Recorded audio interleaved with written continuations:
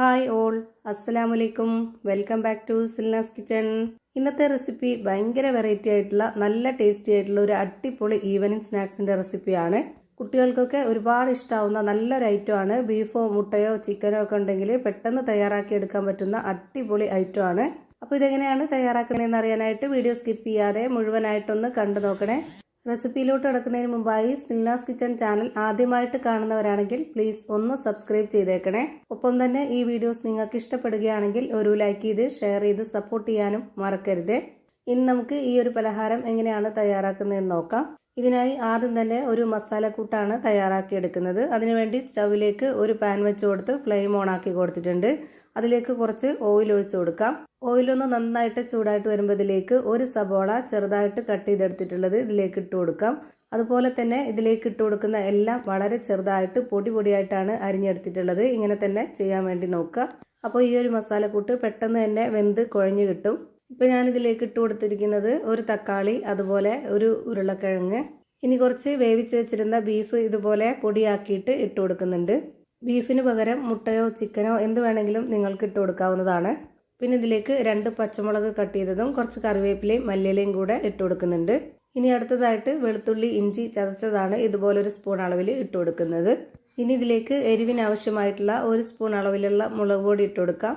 പിന്നെ ഒരു 1/4 സ്പൂൺ അളവിൽ പെരിഞ്ജീരകപ്പൊടി, മഞ്ഞൾപ്പൊടി, ഒരു നുള്ള് ഗരം മസാലപ്പൊടി, ആവശ്യത്തിനുള്ള ഉപ്പ്, ഇത്രയും ഇട്ട് കൊടുത്ത ശേഷം ഇത് നല്ലപോലെ ഒന്ന് ഇളക്കി യോജിപ്പിച്ച് കൊടുത്തിട്ട് ഒരു 5 മിനിറ്റ് നേരം ഒന്ന് വേവിക്കാൻ വേണ്ടി വെച്ചിരിക്കാം. ഇത് നല്ലപോലെ വെന്ത് കുഴഞ്ഞു വരണം. അതിനായിട്ട് ഞാനിവിടെ അടച്ചു വെച്ച് കൊടുക്കുന്നുണ്ട്. ഇതെല്ലാം ചെറുതായിട്ട് കട്ട് ചെയ്തെടുത്തത് കൊണ്ട് തന്നെ വളരെ പെട്ടെന്ന് വെന്ത് കുഴഞ്ഞു കിട്ടിയിട്ടുണ്ട്. ഇനി അടുത്തതായിട്ട് ഇതുപോലൊരു ബൗൾ എടുത്തതിന് ശേഷം ഇതിലേക്ക് ഇനി കോൺഫ്ലവർ പൊടിയാണ് ഇട്ട് കൊടുക്കുന്നത്. 1/4 കപ്പ് അളവിൽ 1 കപ്പും പിന്നെ ഒരു ടേബിൾ സ്പൂൺ അളവിലുള്ള പൊടിയും കൂടെ ഇട്ട് കൊടുക്കുന്നുണ്ട്. കോൺഫ്ലവർ പൊടി തന്നെ ഇതിലേക്ക് എടുക്കാൻ വേണ്ടി നോക്കുക.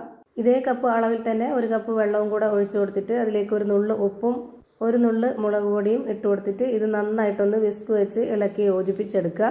ഈ ഒരു മിക്സിന് ആവശ്യമായിട്ടുള്ള ഉപ്പും മുളക് പൊടിയാണ് ഇട്ട് കൊടുത്തിട്ടുള്ളത്. ഇത് നല്ല പോലെ ഒന്ന് ഇളക്കി യോജിപ്പിച്ചെടുക്കുന്നുണ്ട്.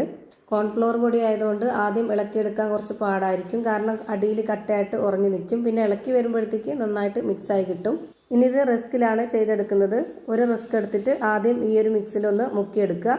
എന്നിട്ട് അതിലേക്ക് നേരത്തെ റെഡിയാക്കി വെച്ചിരുന്ന ആ ഒരു ബീഫിൻ്റെ മിക്സ് കുറച്ച് വെച്ച് കൊടുത്തിട്ട് അതിന് മുകളിലേക്കായിട്ട് കുറച്ച് മൊസറല്ല ചീസും കൂടെ വെച്ച് കൊടുക്കുന്നുണ്ട്.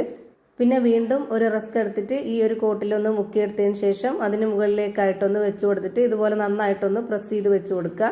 ഇതേപോലെ തന്നെ അടുത്തതും ചെയ്തെടുക്കാം. ഞാനിവിടെ ഒരെണ്ണം കൂടി ചെയ്ത് കാണിക്കുന്നുണ്ട്. ഇതിനായി ഒരു റിസ്ക് എടുത്ത് ഈ ഒരു മിക്സിലൊന്ന് മുക്കിയെടുത്തതിന് ശേഷം അതിന് മുകളിലേക്കായിട്ട് കുറച്ച് നമ്മൾ വേവിച്ച് വെച്ചിരുന്ന ആ ഒരു ബീഫിൻ്റെ മിക്സും കൂടെ വെച്ച് കൊടുത്തിട്ട് വീണ്ടും അതിന് മുകളിലേക്ക് കുറച്ച് മൊസറല്ല ചീസും കൂടെ ഇട്ട് കൊടുത്തതിന് ശേഷം ഒരു റസ്ക് കൂടി ഈ ഒരു കോൺഫ്ലവറിൻ്റെ മിക്സിലൊന്ന് മുക്കിയെടുത്തതിന് ശേഷം ഇതിന് മുകളിലേക്കായിട്ടൊന്ന് വെച്ച് കൊടുത്തിട്ട് നന്നായിട്ടൊന്ന് പ്രസ് ചെയ്ത് വെക്കുക. ഇതുപോലെ തന്നെ എല്ലാം ചെയ്ത് ഞാനൊരു പാത്രത്തിലേക്ക് മാറ്റിയിട്ടുണ്ട്. ഇനി അടുത്തതായി ഒരു പാൻ സ്റ്റൗവിലേക്ക് വെച്ച് കൊടുത്ത് ഫ്ലെയിം ഓൺ ആക്കി കൊടുത്ത ശേഷം അതിലേക്ക് കുറച്ച് ഓയിൽ ഒഴിച്ചു കൊടുക്കുക. ഇനി ഇതെല്ലാം ഒന്ന് ഫ്രൈ ചെയ്തെടുക്കാം. അതിനായിട്ട് കുറച്ച് ഓയിലാണ് ഒഴിച്ചു കൊടുക്കേണ്ടത്. ഒരുപാട് ഓയിൽ ഒഴിച്ചു കൊടുക്കരുത്. ഇത് മുങ്ങിക്കിടക്കാൻ പാടില്ല. ഇതുപോലെ ചെറുതായിട്ട് ഓയിൽ ഒഴിച്ചു കൊടുത്തിട്ട് ഓരോന്നോരോന്നായി അടുക്കി വെച്ച് കൊടുക്കാം. ഒരു 2 മിനിറ്റ് നേരമാകുമ്പോഴേക്ക് ഒരു ഭാഗം ഫ്രൈ ആയി കിട്ടും. പിന്നെ ഇതൊന്ന് തിരിച്ചിട്ട് കൊടുത്തതിന് ശേഷം കുറച്ചുകൂടി ഓയിൽ ഒഴിച്ചു കൊടുക്കുന്നുണ്ട്. ഇതുപോലെ റസ്കിൽ ഈ ഒരു രീതിയിൽ ചെയ്തെടുക്കുമ്പോൾ ഭയങ്കര ടേസ്റ്റാണ് നമ്മുടെ ഈ ഒരു പലഹാരം കഴിക്കാനായിട്ട്. നമ്മുടെ വീട്ടിൽ വരുന്ന ഗസ്റ്റുകൾക്കൊക്കെ ഈ ഒരു രീതിയിൽ ചെയ്ത് കൊടുക്കുമ്പോൾ ഒരു പുതുമയുമാണ്. അവർക്ക് കഴിക്കാനും ഭയങ്കരമായിട്ട് ഇഷ്ടമാവും. അതുപോലെ തന്നെ ഇത് വെച്ച് കൊടുക്കുമ്പോൾ കാണാനും നല്ല ഭംഗിയാണ്. നോമ്പ് സമയങ്ങളിലൊക്കെ നമ്മൾ ഒരുപാട് പലഹാരങ്ങൾ ഉണ്ടാക്കുന്ന ടൈമാണ്. അങ്ങനെയുള്ള സമയത്തൊക്കെ നമുക്ക് പെട്ടെന്ന് കുഴയ്ക്കാതെ പരത്താതെയൊക്കെ തയ്യാറാക്കി എടുക്കാൻ പറ്റുന്ന ഒരു അടിപൊളി ഐറ്റമാണ്.